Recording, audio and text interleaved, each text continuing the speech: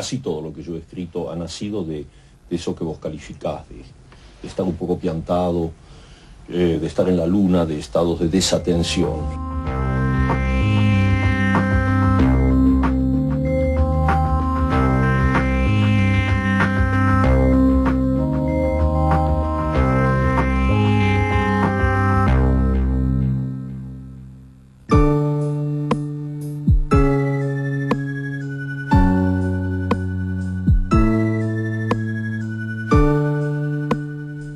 En 1914, el continente europeo se convirtió en el escenario del conflicto bélico que dividiría al mundo en dos facciones.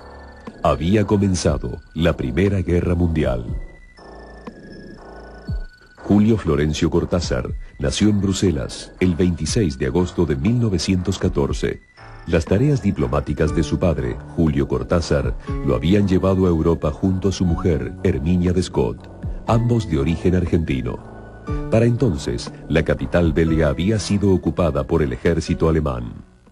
Mi nacimiento fue un nacimiento sumamente bélico, lo cual dio como resultado a uno de los hombres más pacifistas que hay en este planeta. La familia regresó a la Argentina en 1918 con el fin de la guerra, que había dejado más de 9 millones de muertos y gran parte del continente europeo destruido. Julio Cortázar tenía 4 años y no sabía hablar español. La pronunciación de la R afrancesada lo acompañaría durante toda su vida. Su primer hogar en la Argentina fue en la calle Rodríguez Peña, en la localidad de Banfield, provincia de Buenos Aires. Pocos años después, su padre abandonaba a la familia.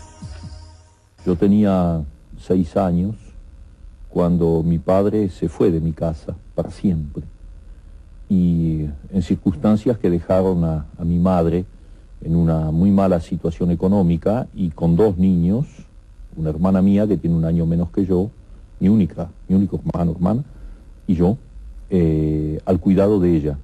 El hecho es que el padre deja el hogar y que él se cría y se educa en un universo puramente femenino, con la madre, la abuela materna, una hermana de la madre y su hermanita.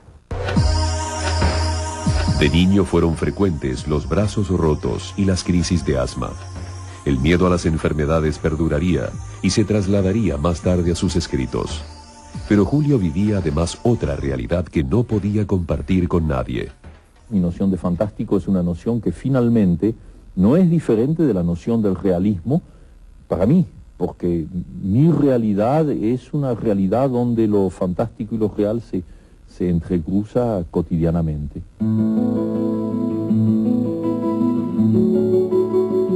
A los 9 años, Julio Cortázar escribía sus primeros poemas y una suerte de novela. De las lecturas de Julio Verne pasó rápidamente a las obras de Michel de Montaigne y Edgar Allan Poe, el creador del cuento moderno que habría de influir fuertemente en su obra posterior. Sí, es verdad que a los 9 años yo escribí una novela. No tengo la menor idea de lo que es, pero sí que era una cosa muy lacrimosa, muy romántica, en la que todo el mundo moría al final. Julio Cortázar comenzó el colegio secundario en la Escuela Normal Mariano Acosta. En 1935 obtuvo el título de profesor normal. Poco después ingresó a la Facultad de Filosofía y Letras, pero un año más tarde la dejó para colaborar con la economía familiar. Este sería su único paso por la universidad.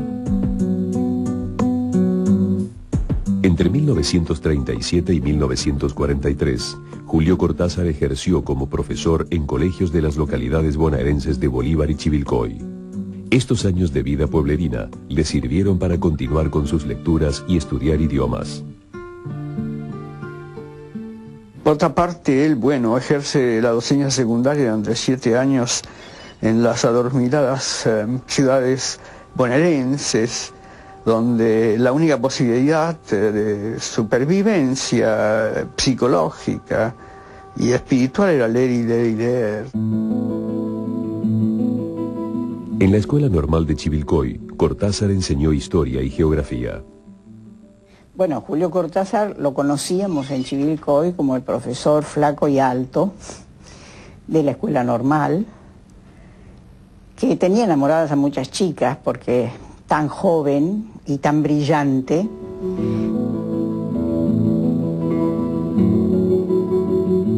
Sus alumnos consideraban las clases de Julio Cortázar magistrales, poco convencionales, donde el profesor era considerado un amigo, que pese a la distancia, seguía en contacto a través de sus cartas personales.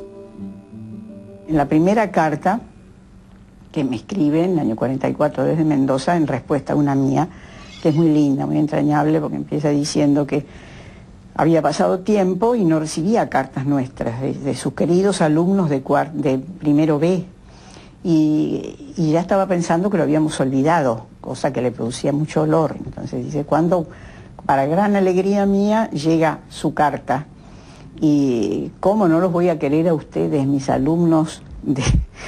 río porque lo que viene después, mis alumnos de primero B, si los vi crecer, aunque a usted no mucho, punto, físicamente hablando.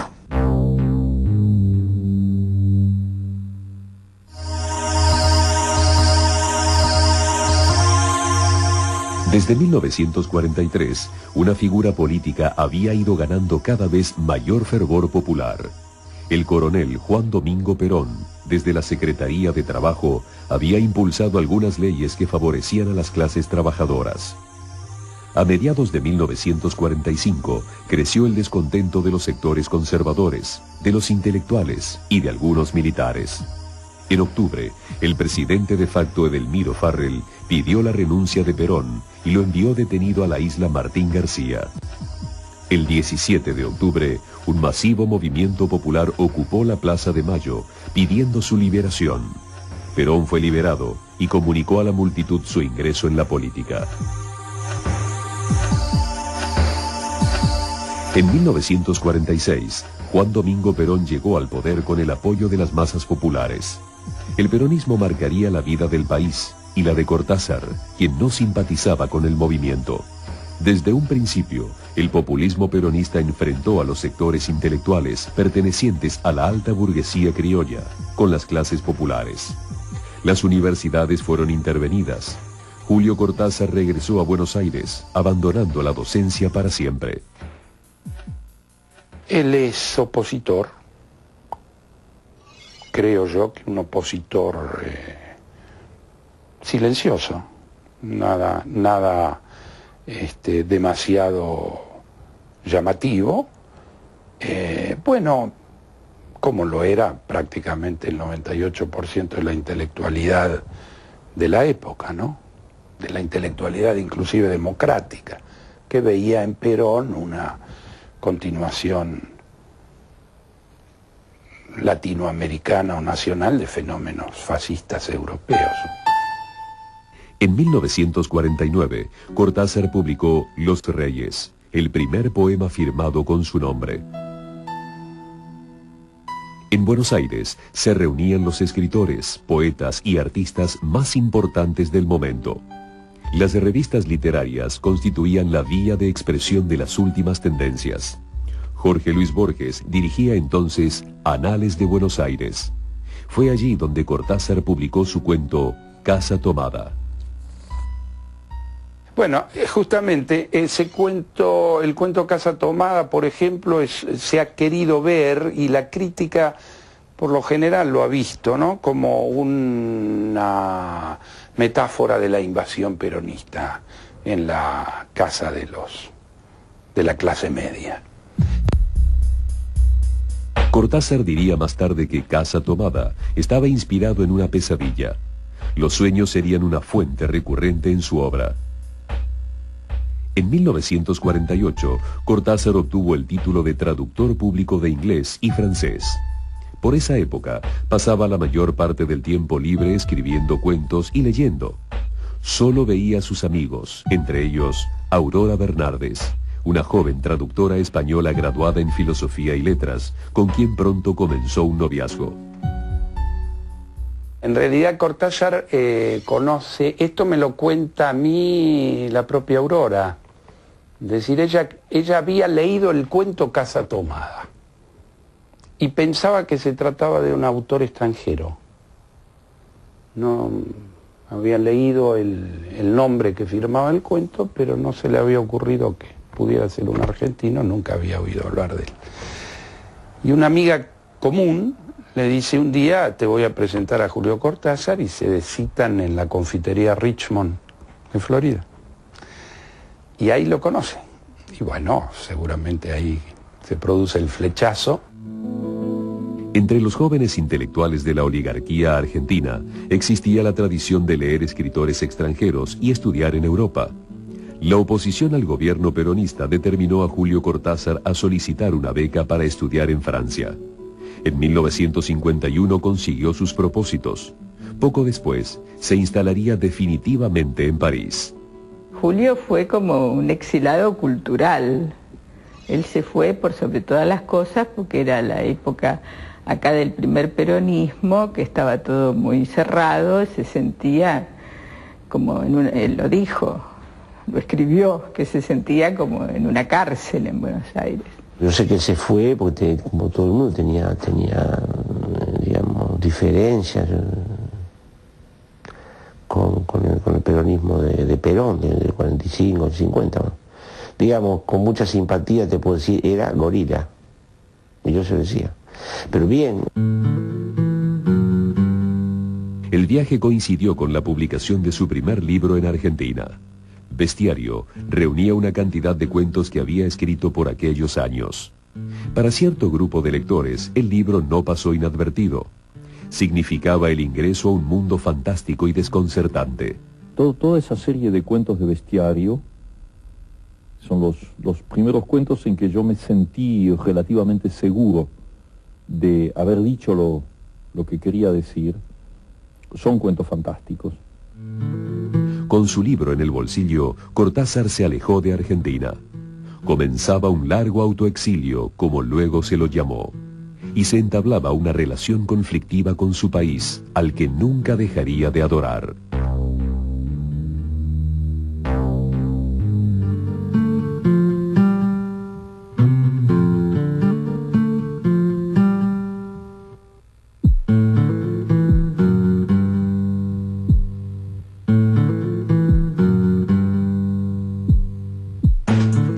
Julio Cortázar llegó a París a fines de 1951. La modesta beca le permitió instalarse en la ciudad universitaria. Desde la habitación número 40 podía observar los pabellones de otros países, pero pronto comenzó a trabajar como traductor para la UNESCO y se mudó a una pequeña pieza en la calle D'Alesia. Su novia, Aurora Bernardes, llegó desde Argentina al poco tiempo. El 22 de agosto de 1953, Julio y Aurora se casaron en la mairie del 4º arrondissement.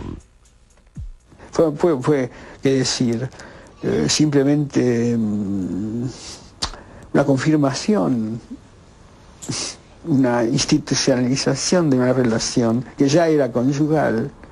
Eran muy amigos, más allá de toda la relación obviamente de matrimonio que tenían que tener, pero hacia afuera eran como muy compañeros y intelectualmente se deberían llevar muy bien porque eran todos miradas y que ya estaba, no era necesario demasiadas palabras. Para entonces, Cortázar vivía en un departamento en el 24 bis de la calle Pierre Leroux. Como lo era para todos los escritores y artistas que la visitaban, la capital francesa fue para Cortázar su rito iniciático. Allí asistió a conciertos y exposiciones de arte, tomó contacto con el cine de la Nouvelle Vague y la filosofía existencialista. Cortázar abrió sus sentidos a todas estas influencias, pero también conoció un submundo que hasta entonces había pasado inadvertido para él. Vagabundos, seres marginales y bohemios habitaban la ciudad por las noches. Sus libros de cuentos continuaban publicándose en Argentina. Final del juego apareció en 1956 y Las armas secretas en 1959. En este último se incluía el cuento largo El perseguidor Inspirado en la vida del más revolucionario de los músicos de jazz, el saxofonista norteamericano Charlie Parker causó una gran sensación en el mundillo literario. Aparece también la otra cara de Julio, que es el melómano, ¿no? Era un melómano, pero adicto realmente. Melómano, necesitaba de la música era un alimento sustancial para él. Y pasaba largas horas oyendo sus discos. Una de las últimas veces que lo vi, se había comprado un pianito y tocaba, qué sé yo, no sé, Desde el alma o Lágrimas y sonrisas, un balsecito así argentino, me hizo escuchar. Estaba entusiasmadísimo con eso. No creo que haya sido músico. Le interesaba la música como... Y después se trataba mucho del jazz, era un gran, digamos, escuchador de música. En 1960 se editó la primera novela de Cortázar, Los Premios. Al año siguiente se publicó en francés. La situación económica del escritor mejoraba. Un encargo de traducir los cuentos completos de Edgar Allan Poe para la Universidad de Puerto Rico le permitió comprarse un departamento en el número 9 de la Place du General Buret. Desde allí, Cortázar emprendía sus caminatas diarias por la ciudad, en cuyos afiches callejeros encontraba mensajes e imaginaba cuentos fantásticos. Las galerías parisinas constituían otro de sus paseos predilectos. En sus locales observaba libros viejos, colecciones de estampillas o de monedas.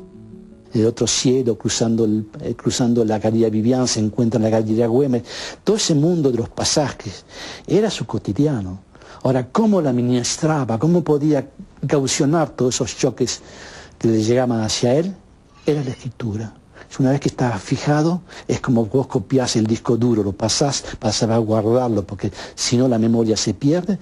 Esos momentos se transfiguraban en cuentos, en anécdotas, en novelas, y porque era su cotidiano. Dice, qué mundo fantástico. El mundo fantástico estaba ya inscripto. Lo fantástico volvía a aparecer en Historias de Cronopios y de Famas, publicado por la editorial Minotauro de Buenos Aires. Humor, ironía y profundas reflexiones se vislumbraban en los 74 breves relatos a los que Cortázar parecía considerar un juego. Venía muy a menudo a cenar con otros amigos. En este grupo asidic, el que podía traía el carnero, otro traía el pan, otro el vino, otro las flores, ¿no? Las postres. Y Julio traía siempre una anécdota. ¿Qué le pasaba saliendo de su casa hasta llegar acá? Es decir, era receptivo. Todo lo que pasaba se convertía en ya una historia que se anotaba, ya podía ser tantas historias de Julio. Fue aquel espíritu lúdico el que dio origen a la que sería su mayor obra y que Cortázar llevaba 2 años escribiendo sin un plan preciso. En 1963, los lectores argentinos pudieron acceder a Rayuela, un libro que rompía con los esquemas de la novela tradicional. Cortázar proponía en el prefacio un recorrido alternativo al orden convencional de los capítulos. Según él, lo había escrito para mostrar otras realidades posibles. Ese libro es una tentativa para ir hasta el fondo de un largo camino de negación de la realidad cotidiana y de admisión de otras posibles realidades, de otras posibles aperturas. Con grandes reminiscencias autobiográficas, Rayuela contaba la historia de Horacio Oliveira, un argentino exiliado en París que vivía un romance con La Maga, una joven uruguaya. Luego regresaba a Buenos Aires, donde se encontraba con otros personajes, amigos, nostalgias y el permanente sentimiento de estar dividido entre 2 mundos, París y Buenos Aires. Y bueno, y efectivamente Rayuela es un intento de subvertir el orden de la novela tradicional y de alterar la lectura corrida y de leer, de escribir y de leer de otro modo la narración. La Maga y Oliveira se convirtieron en la pareja de ficción más famosa de la década del 60. Cortázar se sorprendió de que el público joven se hubiera apropiado del libro. Rayuela fue considerada la mayor obra de Cortázar, que se tradujo a varios idiomas, al igual que el resto de su producción literaria. La fama continental e internacional se la da Rayuela. Rayuela aparece en el 63, inmediatamente es acogida de manera extraordinaria por el público, sobre todo por los jóvenes. Se va a convertir en una novela iniciática, formativa y decisiva también por el hecho de que, en fin, leer Rayuela cambia la vida, o es un comienzo. El propósito de Cortázar, la literatura de Cortázar, es cambiar la vida. Rayuela fue uno de los primeros exponentes del llamado boom de la literatura latinoamericana, del que formaron parte el colombiano Gabriel García Márquez, el peruano Mario Vargas Llosa y el mexicano Carlos Fuentes. Cortázar siempre pensó que el boom no era más que una estrategia comercial de los editores. Yo soy muy vago para escribir, escribo cuando me da la gana y me tomo todo el tiempo necesario. No soy un escritor profesional, yo soy un aficionado que escribe libros. Lo cierto es que con estos escritores se iniciaba una época en la que la militancia se unía a la literatura. Cortázar también había comenzado a observar la política latinoamericana con otros ojos.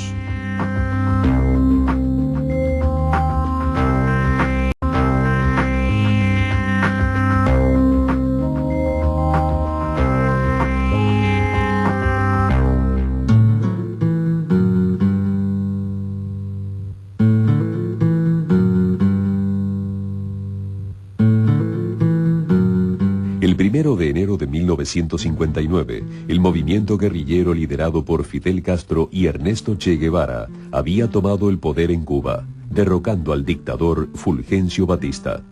El nuevo gobierno pronto se declaró comunista. Un buen número de intelectuales latinoamericanos miraba con ojos esperanzados esta revolución. Yo no concibo una revolución sin la presencia en quienes la llevan a cabo de ese elemento poético, ese elemento lúdico, ese elemento erótico, que significan componentes absolutamente imprescindibles de nuestra personalidad. No hay que olvidarse que alguien que era nada menos que Lenin dijo que hay que soñar, que hay que seguir soñando, que el revolucionario debe soñar. Lo único que tiene que tener cuidado de controlar su sueño y hacerlo entrar en la realidad y conectarlo con la realidad, que significa también conectar la realidad con el sueño. Sueño y poesía son bastante intercambiables en este caso. Julio Cortázar visitó Cuba a principios de los 60. Este contacto, que se repitió varias veces, significó para Cortázar un cambio en su percepción de la realidad y en su compromiso político. A partir de entonces, adscribió a la causa del socialismo en toda América Latina, pero sin dejar que ello perjudicara su producción literaria. Su nuevo libro de cuentos, Todos los fuegos el fuego, regresaba a la temática fantástica e incluía un cuento titulado Reunión, en el que recreaba una escena en la vida del Che Guevara. En relación con el establishment cubano, él aclaró que, en fin, que se consideraba un militante y que iba a ser todo lo fiel posible y que manifestaba su adhesión y en cierta medida su comunión con la causa revolucionaria, pero que iba a guardar siempre su libertad estética. El acercamiento de Cortázar a la militancia política le valió severas críticas en el mundo literario. Muchos pensaron que se trataba del fin de su creatividad artística. Toda la obra posterior de Cortázar no hubiera pasado a la historia de la literatura. No, hay bellos cuentos de Cortázar posteriores a esa época. Hay alguno, por ejemplo, hay un cuento que se llama La Reunión, que realmente no podría haber sido sino escrita por él, ¿no? Sino escrito por él, pero son estertores inevitables de un gran escritor. Hay quienes dicen que Cortázar pasa de ser un escritor fantástico y abstracto a ser un escritor comprometido a partir de su embanderamiento con la Revolución Cubana y el socialismo. Yo creo que no, que él siempre fue un escritor preocupado por la política. Nous vous demandons de vous disperser et de venir demain à la manifestation prévue. C'est une provocation, n'y cédez pas. No solo en América Latina el ambiente estaba convulsionado. En mayo de 1968 estalló la revuelta estudiantil en París, que hizo tambalear al gobierno de Charles de Gaulle. Bajo el lema "La imaginación al poder", los estudiantes comenzaron una protesta, a la que pronto se sumaron los trabajadores de todo el país. Cortázar participó del movimiento junto a un grupo de argentinos en la ciudad universitaria.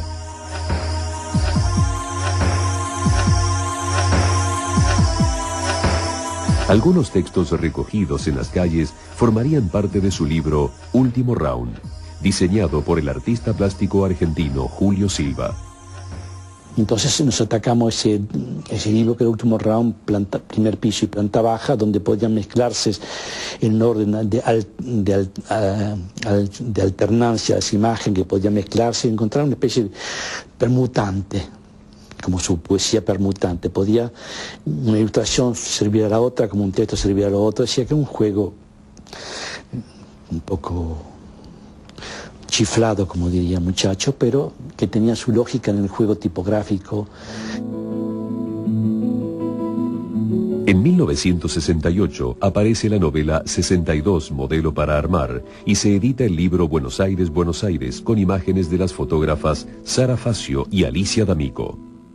En 1967 fui a París a llevarle a Julio Cortázar la maqueta de un libro que estábamos haciendo con Alicia D'Amico, que después se llamó Buenos Aires, Buenos Aires. La idea era que Julio Cortázar escribiera los textos para ese libro.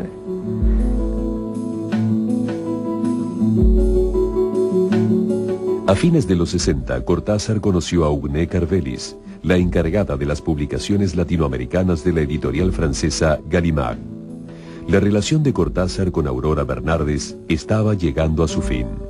Ugné se convirtió en la compañera de este periodo de compromiso político de Cortázar. Y a través de ella él llega bastante al mundo socialista, europeo, y también ella tiene muy buenos contactos con Cuba y con la izquierda latinoamericana. Y bueno, y además él se enamora de ella y empiezan a convivir. Con Ugné era una relación un poco más fogosa, diría yo, con más demostración de amor.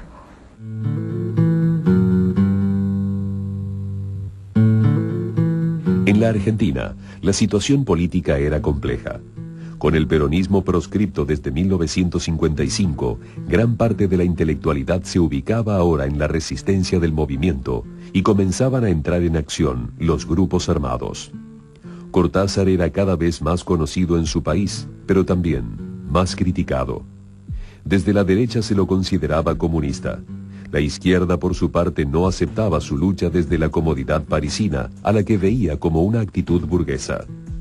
Le criticaban su cosmopolitismo, su internacionalismo, lo trataban de europeísta y consideraban que bueno, que la relación que tenía en Rayuela misma con la realidad argentina era muy débil, que era falsa, que no sabía nada de Argentina, que justamente cuando se trataba de mencionar marcas de cigarrillo, indicaba marcas caducas y cosas por el estilo, en fin. Era una crítica muy parcial, malévola. Cortázar sentía pasión por su país. Permanentemente nombraba calles, cafés y objetos de Buenos Aires en sus cuentos. A pesar de que llevaba más de 20 años en París, continuaba escribiendo en español, recreando las jergas porteñas.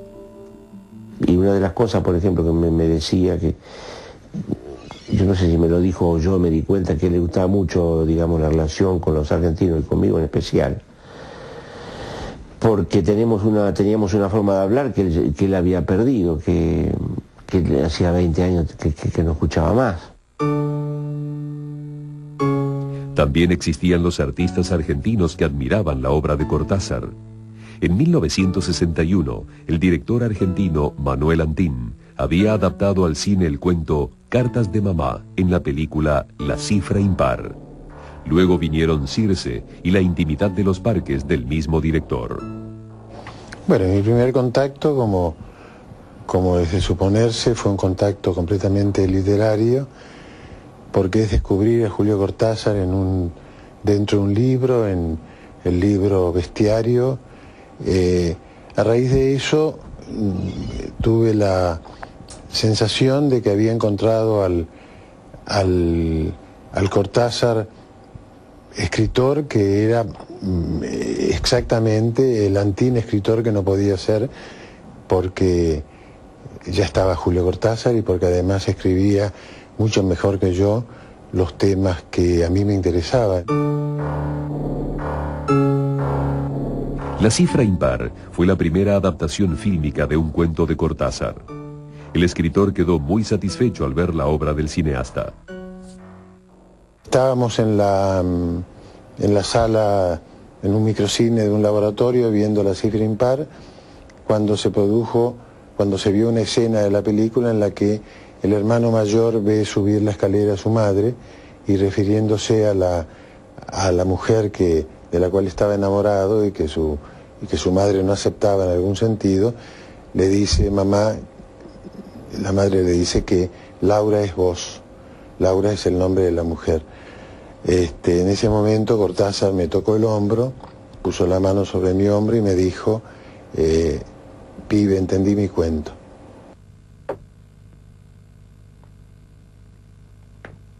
Mamá, Laura es como vos. Laura es vos.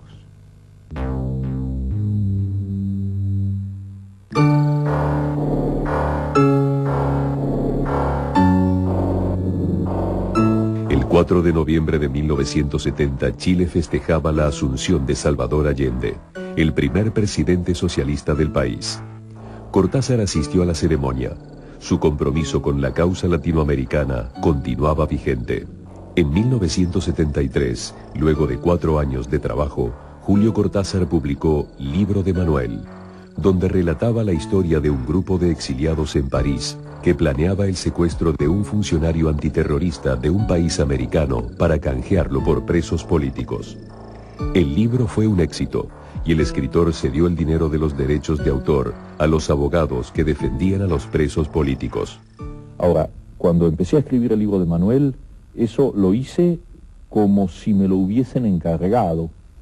Ahora, quien me lo encargaba era yo mismo como argentino, porque era el momento de la dictadura de Lanusse, era el momento en donde empezaba en la Argentina esa escalada de la violencia que llevó a hacer de la tortura no solo una institución, sino una técnica tan absolutamente monstruosa que va más allá de toda descripción. Viajó a Argentina para la presentación del libro y el 11 de marzo de 1973 presenció con entusiasmo las elecciones que dieron el triunfo a Héctor Cámpora, el representante de Perón. A la asunción asistieron el presidente de Chile, Salvador Allende, y el de Cuba, Osvaldo Dorticós. Su postura con respecto al peronismo se había modificado. Según explicaría más tarde, para él había cambiado el movimiento peronista, ahora conformado por una juventud que se encaminaba hacia el socialismo. Los intelectuales ya no estaban enfrentados a este movimiento de masas, sino que formaban parte de él. Y ahí tomó conciencia digo yo no hablé con él,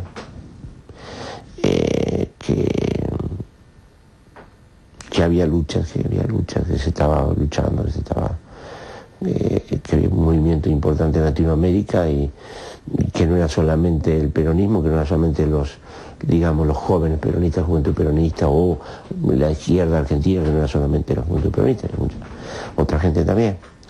que había un movimiento latinoamericano que se movía. De ahí, a lo mejor, a mi entender, tomó conciencia de esa ola que fue ese tipo de empuje, ese movimiento que había en Latinoamérica, lo rodeó a él también, y él trabajó como un joven, como una persona dentro de eso. La llamada primavera camporista solo duró 2 meses, en cuyo transcurso el general Perón regresó de su exilio en España en medio de una recepción violenta.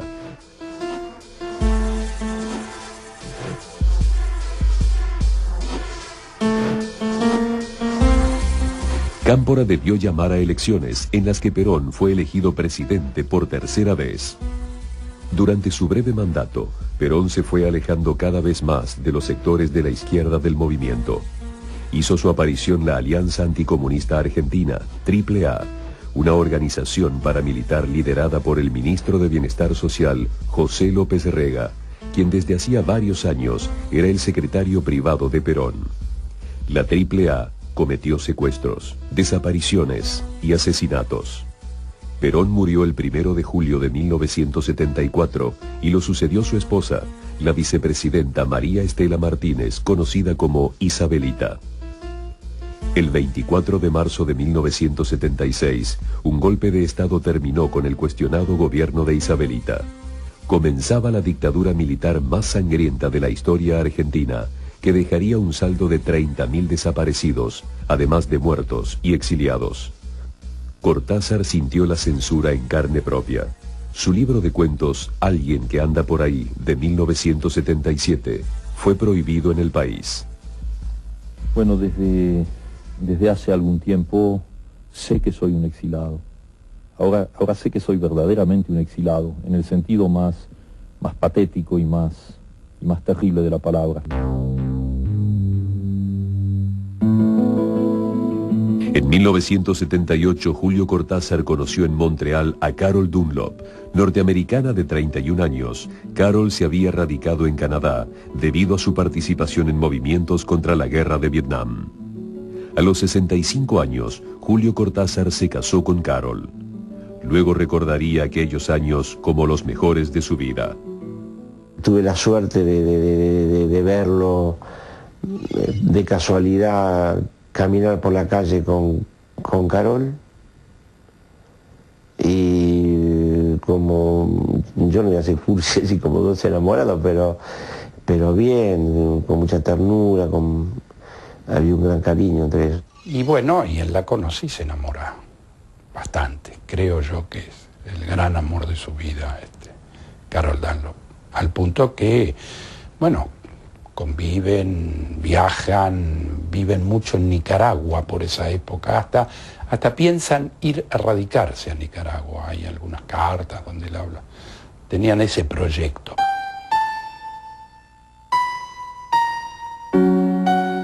Juntos viajaron a Nicaragua y apoyaron la causa del movimiento sandinista en su lucha contra la dictadura de Anastasio Somoza y durante la resistencia que siguió a la caída del dictador.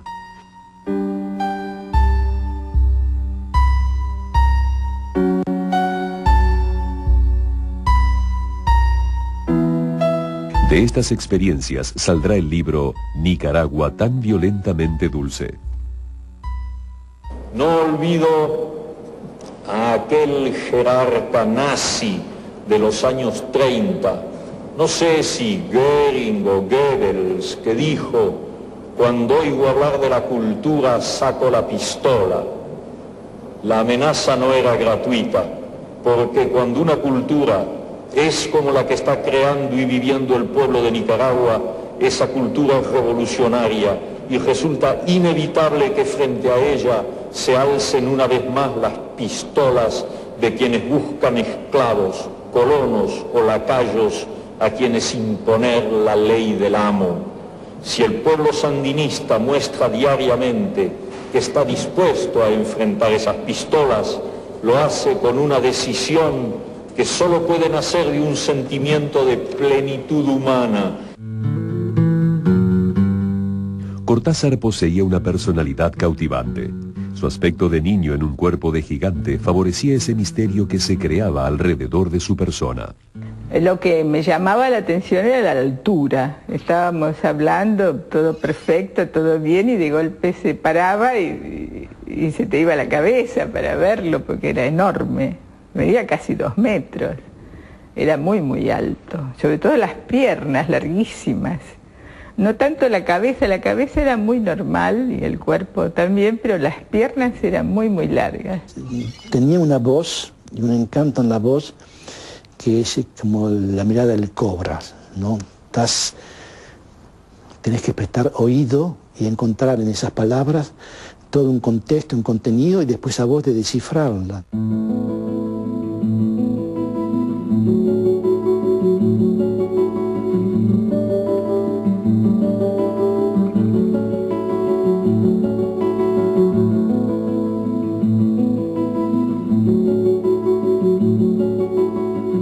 Cortázar vivía feliz con su compañera en París, en un bello departamento de la calle Martel. El escritor continuaba con sus paseos habituales y sus juegos en la ciudad. Viajaba en el metro sin salir a la superficie durante horas. Cortázar se sentía fuertemente atraído por los lugares de paso, el metro, los puentes o tranvías. Decía que allí el tiempo se detenía para dar lugar a otra realidad posible.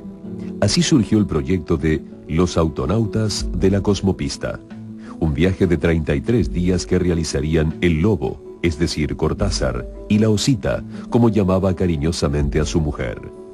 Durante ese tiempo, los viajeros no podían abandonar la autopista que comunicaba París con Marsella. Luego escribirían el relato del viaje. Bueno, decidieron hacer ese viaje, por lo menos 2 meses sin salir de la autorruta, y paraba en todos los, ¿cómo se llaman? Los lugares los descansos, y allí se quedaban un día y escribían, hasta llegar hasta Marsella, ¿no?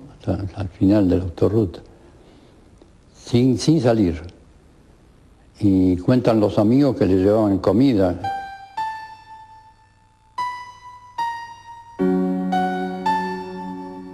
A mediados de 1981, los médicos le diagnosticaron leucemia a Cortázar. A ello siguió una extraña enfermedad que terminó con la vida de Carol en poco tiempo. El 2 de noviembre de 1982 fue enterrada en el cementerio de Montparnasse. Fue la época que murió Carol, que ya él bajó. Él siguió, digamos, escribiendo, salieron algún libro, otro libro de él. Estuvo muy metido con lo de Nicaragua. Tiene una vida, digamos, pública muy activa, pero tuvo una especie de bajón, aparte sabiendo que él también estaba enfermo. El 6 de febrero de 1983, Cortázar fue condecorado en Nicaragua con la Orden de la Independencia Cultural Rubén Darío, entregada de manos del comandante Daniel Ortega, jefe del gobierno sandinista.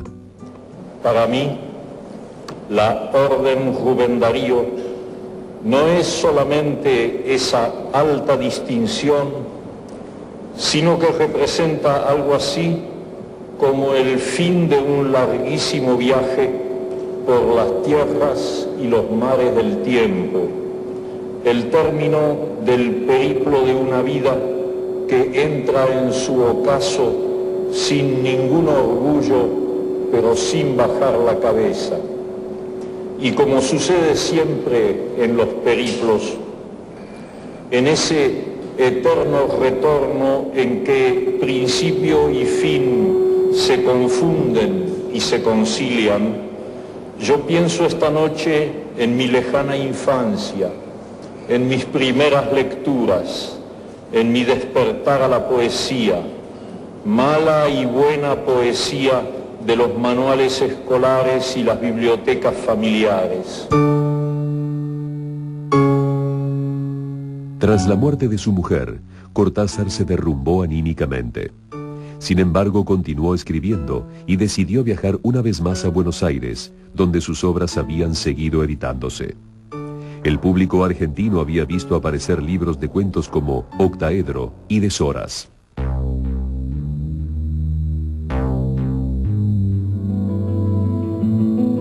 El 30 de octubre de 1983 tuvieron lugar las elecciones que devolverían a la Argentina la democracia tras 7 años de dictadura.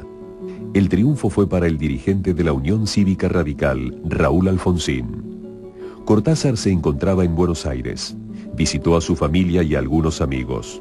Por las calles era reconocido y la gente le manifestaba su admiración y cariño. No sucedió lo mismo con el presidente electo, con quien quiso encontrarse. Y bueno, y aquí él es muy bien recibido popularmente, es una época de grandes manifestaciones populares festejando el cese de la dictadura. Y bueno, y ahí está el episodio de la no recepción por parte de Alfonsín, la no invitación, digamos, que en ese momento está recibiendo a muchos intelectuales de nota, y bueno, parece que algún asesor le aconseja no recibirlo a Cortázar porque sería embanderarse demasiado con la izquierda. Yo hubiera tenido un honor extraordinario en conocerlo, porque no lo conozco, pero un honor extraordinario. Yo no sé qué pasó, él estuvo acá, no, fue una serie de malos entendidos. Cortázar regresó a París. Su salud empeoraba, pero reunió fuerzas para escribir un libro de poemas, Salvo el crepúsculo. Su primera mujer, Aurora Bernardes, y su amigo, el pintor argentino Luis Tomaselo, estuvieron junto a él en sus últimos días. Durante la internación en el hospital Saint-Lazare, Cortázar escribió los poemas para el libro Negro el 10, con serigrafías de Tomaselo. El pintor era el encargado de conducirlo periódicamente al hospital. Me acuerdo que la última vez él me había dicho: Luis, si yo entro otra vez a tu hospital, no creo que salga con vida. Lo fui a buscar a su casa, con Aurora, hasta que estaba también. Él estaba sentado en su sillón negro, delante de su gran biblioteca y su discoteca, porque siempre estaba al lado de los discos. Se levantó, se puso una casquette, se fue hasta la puerta y miró toda la habitación, todos sus libros. Ya presentía que no le iba a ver más. El 12 de febrero de 1984, Julio Cortázar murió en París. Fue enterrado en el cementerio de Montparnasse, junto a la tumba de Carol Dunlop, su última mujer.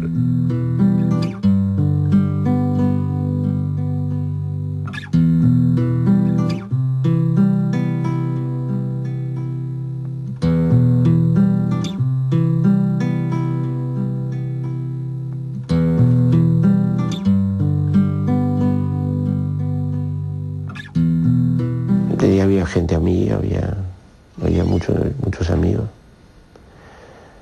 No había una cosa oficial ni nada. Bien. No quería, no supongo, no dejó nada, no hay nada dicho, si dijo, no dijo, pero yo no. Fue muy íntimo. Y ahí está. Ahí.